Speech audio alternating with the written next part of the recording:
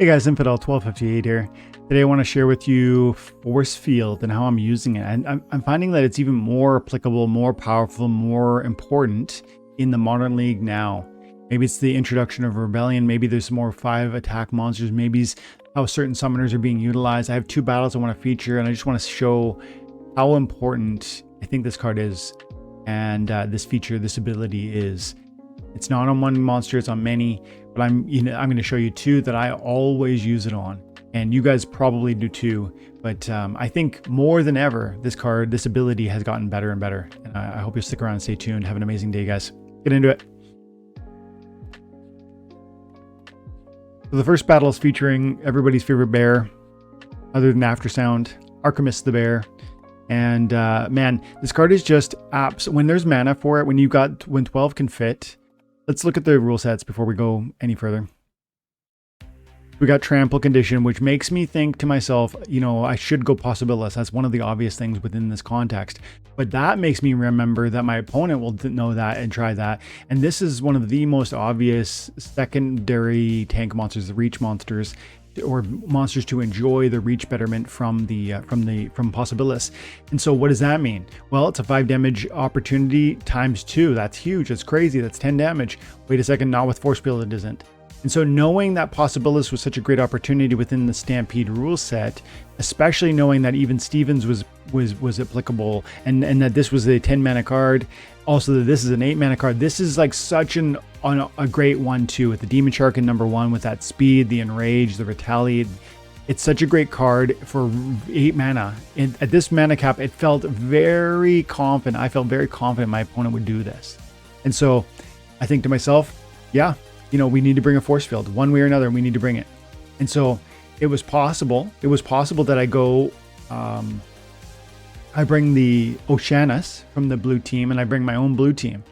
But this is better in a lot of ways. It's got more hit points. It's got the Protect. It's got the Halving, and the Enrage for its own sake too. So this is a nasty card. This one, I don't know yet. I'm still trying to decide whether I think Archimus is better than the new promos. Mantaroth, who I've seen some amazing ways to play Mantaroth, and also Grimbarden Smith.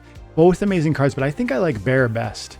And this is part of why. Forcefield is amazing. It is impactful. This card is so powerful, but not just because of Forcefield. It's going to be critical in this game. But man, when we look at cards like Mantaroth, don't you love the Protect? When we look at cards like, oh yeah, I got to say, Ambush. I did my Ambush over here, and because I'm using a cane, said this before in a previous video, but you got to know your win conditions. I brought this card thinking, this is potentially, you got to have options when you build a cane deck, a cane team. This is potentially one of my win conditions. So is this, but I could use this too if I need to. And so I came into it and I drop it there and I drop it there because I saw vulnerability on the back line and we were able to delete something. I'm glad I brought this Inspire. I brought this Tusk the Wide in the second spot because I'm quite weak after my Archimus. I needed a secondary tank. Plus I wanted the Inspire for the sneak play. He does have a Demoralize over here, so it ended up being, 6 in one, half dozen in the other. But my point stands. The Protect is great. This card is amazing. The Forcefield is amazing. This card is amazing. But with Armored Strike, Protect is even better. With all the 5, with a lot of the cards that moved out, and with a lot of the summoners that moved out, you're starting to see, I think, more and more certain 5 or more mana monsters, attack monsters, and therefore I think Forcefield is all the better. Let's watch the rest. So we eat through the first, and we almost kill we do. Before it fires, we kill the back 2 monsters.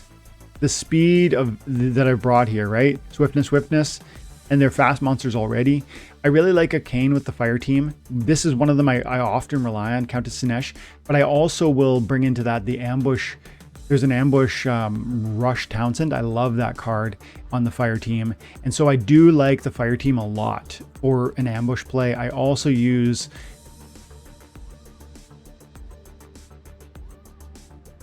Dampier quite a bit. I also use Chaos Dragon quite a bit. See there, we get the Inspire from the Martyr. and it's, I mean, it's over. But we won this. We won this. A Kane helped. We ate the back line. Of course, the critical summoner choice. But man, the force field on the front line was critical to holding the front line. He had no chance of victory. Like, I mean, there was zero probability of him winning because I had a force field.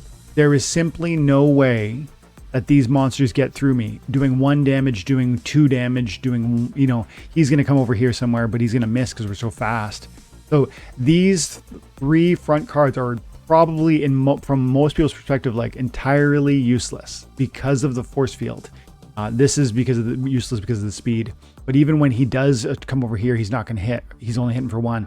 Now this is a fair amount of damage, but it's not enough. It's not enough. I have 2 big meat shields. It's not enough. This card won that match. And we have one more for force field. Again, Oceanus is another option. It's not the only one out there, but man, this card is amazing too. This is a slightly different scenario that I often utilize this force field within. It's when there's an enrage rule set. I love to bring Oceanus when there's enrage because it's already got phase. It's got force field's great. And so during enrage, you know that there's an increased probability that melee damage will proc higher and higher and higher. So just like in the prior condition, the prior game I showed you where I knew that my opponent could try and might try Possibilis with the double striking 5 attack melee monster in the second position, and even the enrage demon shark in the front, which is going to hit for 6, 7, 8, which again, both are going to drop down to 1 because of the force field. So I knew that would work because I knew what my opponent might try. Similarly here, because of the enrage rule set, I knew that I should have a force field because melee damage will go higher than 5, and secondarily because this card has phase, and when it enrages, the speed will reach ludicrous levels. And I can amp that up by bringing slows and swiftnesses, and just lean into that. Again, know your win condition. I need to keep my front line alive. I can stay alive through evasiveness.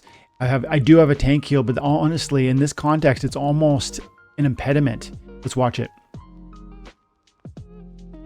Mind you, my opponent has lesser versions of these things, but the point really is that I knew the win condition. Speed was important. I brought 3 speed modifiers and a blind. He brought a blind, great, but no speed modifiers. These cards are powerful, but far too slow to do what needs to be done. And so we absolutely roast.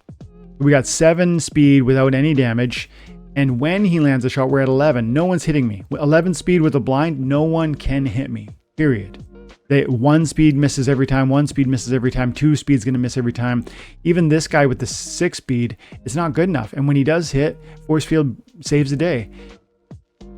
I had too many hit points in the front line regardless. In this context, it wasn't really that the Oceanus stole this match. He didn't have the cards to beat me. He didn't have the damage output to beat me. He didn't have the speed to beat me.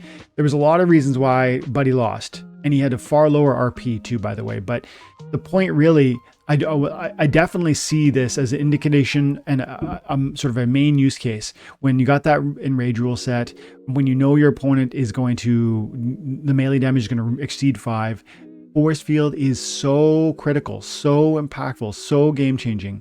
They didn't even scratch the surface. And one of the main things you need to be worried about in a situation like this is where it goes to round 6, it goes to round 7, which we're already around 6. If the afflicts can land, then sure, you're in trouble. But knowing how to build the team within the context, the rule sets that are in front of you, that's the path to making sure you know they won't afflict you. You know they won't hit you. Now he hits me. Wow. That's I think the first time Riverboat hit me, and he didn't land an affliction, but even if he hit, by round 8, it's too late. We've gutted him.